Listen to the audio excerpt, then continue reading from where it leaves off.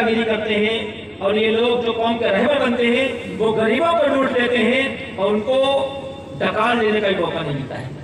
یہ سچویشن آج ہمارے ماحول کی ہو چکی ہے۔ آپ دیکھیے حضرت عمر فاروق گلیوں میں نکلا کرتے تھے راتوں میں گشت کرنے کے لیے، کوئی اللہ کا بندہ بھوکا تو نہیں سویا ہے، کوئی پریشانی کے حالت میں تو نہیں ہے۔ راستے میں ایک خیمے کے پاس سے گزرتے ہیں، وہاں سے سراہنے کی آواز آتی ہے، آواز دیتے ہیں کہ اندر کون ہے۔ ایک شخص باہر نکلتا ہے اور عرض کرتا ہے کہ میں انتہائی پریشانی کے عالم میں ہوں، میرے گھر میں خوشی ہونے والی ہے، میری بیوی درد سے کہا رہی ہے، کوئی ایسا نہیں ہے جو میری مدد کر دے۔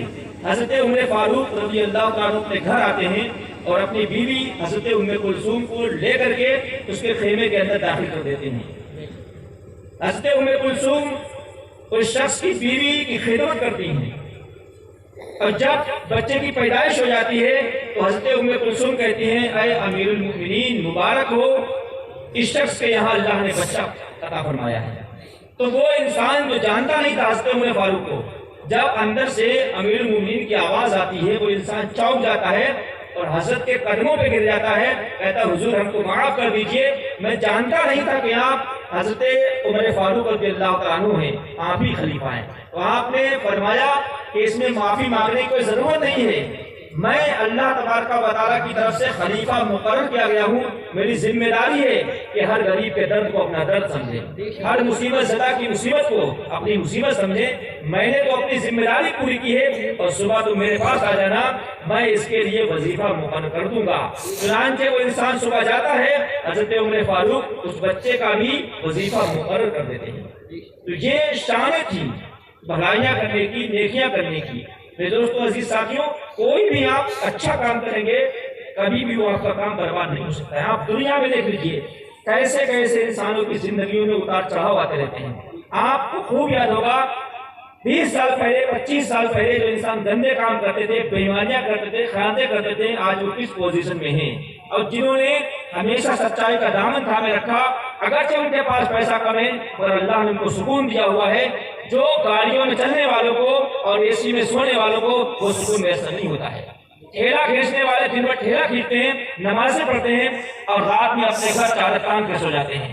اور جو انسان بظاہر دولتمند انسان ہے، جب وہ رات میں سوتا ہے، جب تک گولیاں نہیں کھا لیتا ہے، اس کو نیند نہیں آتی ہے۔ تو اللہ تبارک و تعالیٰ اپنے کسی بندے کی نیکی کو ضائع نہیں کرتا ہے۔ میرے دوستو عزیز ساتھیوں، حضرت موسیٰ علیہ السلام نے اللہ تبارک و تعالیٰ کی بارگاہ میں دعا کی ہے پاک پروردگار عالم جنت میں میرا ساتھی کون ہوگا مجھے یہ بتلا دے۔ اللہ تبارک و تعالیٰ نے حضرت موسیٰ علیہ السلام کو فرمایا فلاں بستی میں چلے جاؤ، فلاں انسان تمہارا دوست ہے، تم اس سے جا کر کے ملاقات کرو۔ جس بستی کے طرف جانے کا اللہ نے حکم دیا تھا، حضرت موسیٰ علیہ السلام اس بستی میں جاتے ہیں اور اس انسان کے پاس پہنچ جاتے ہیں جہاں ان کو پہنچنا تھا۔ آپ اس کو سلام کرتے ہیں، وہ انسان فوراً طلب کہ آپ کو سلام کا جواب دیتا ہے۔ حضرت موسیٰ علیہ السلام اس سے فرماتے ہیں کیا مجھے اپنے گھر میں ایک رات رکنے کا موقع دو گے، مجھے اپنا مہمان بنا لو گے؟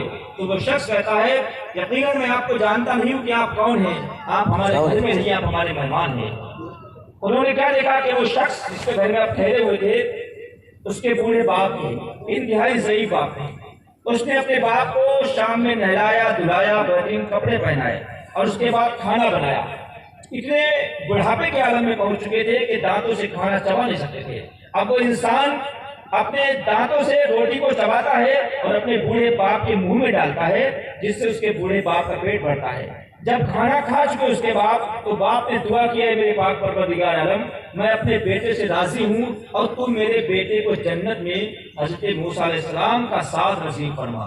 اس کے بعد ایک بوڑھی عورت ہے وہ انتہائی ضعیف اور کمزور ہو چکی ہیں، اس شخص نے اس بوڑھی عورت کو بھی نہلایا دھلایا، اس کو کپڑے پہنائے اور اس کے بعد اس کو بھی بہترین طریقے سے کھانا کھلایا۔ اس بوڑھی عورت کے بھی زبان سے وہی کلمات نکلے اے میرے پاک پروردگار عالم میں اپنے بیٹے سے راضی ہوں اور تو میرے بیٹے کو جنت میں حضرت موسیٰ علیہ السلام کا ساتھ نصیب فرما۔ صبح ہوتی ہے، حضرت موسیٰ علیہ السلام وہاں سے روانگی کا ارادہ کرتے ہیں۔ وہ شخص دامن پکڑ لیتا ہے اور عرض کرتا ہے کہ آپ ہمارے گھر میں رات بھر ٹھہرے، آپ نے بتایا نہیں کہ آپ کون ہیں، کہاں سے آئے ہیں؟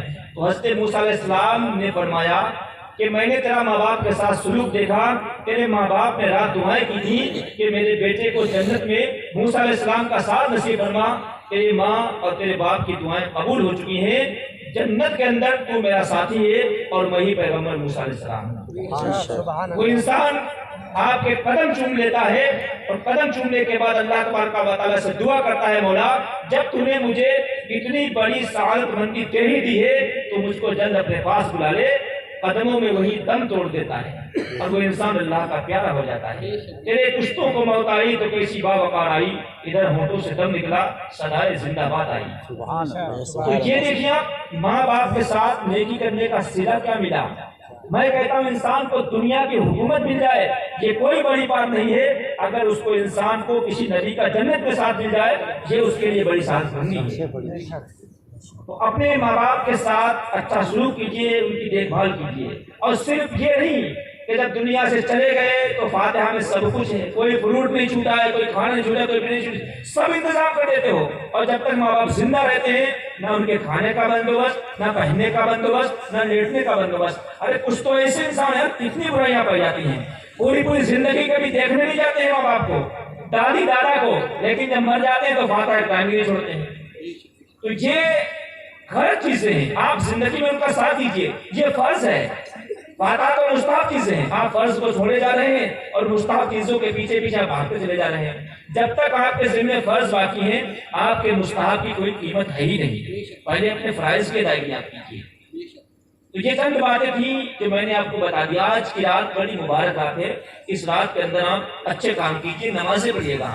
یقین جانیے کہ انسان روزانہ اتنا ذکر نہیں کر سکتا ہے، روزانہ اتنی مرتبہ توبہ استغفار نہیں کر سکتا ہے، تو اللہ تبارک و تعالیٰ نے کچھ دن دے دیے ہیں، کچھ ٹائمز دے دیے ہیں کہ اے میرے بندوں اگر تم روزانہ میرا ذکر نہیں کر سکتے ہو، روزانہ توبہ نہیں کر سکتے ہو، تو یہ جو فکس دن ہے ان دنوں کے اندر آپ توبہ کر لیجئے، تمہاری توبہ قبول کر لوں گا۔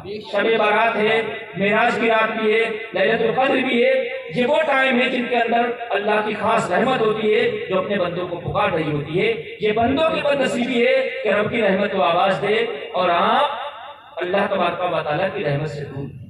اللہ تبارک و تعالیٰ ہمیں اور آپ کو اس نیک رات میں خوب اچھے عمل کرنے کی توفیق عطا فرمائے۔ استغفر اللہ ربی من کل ذنب و اتوب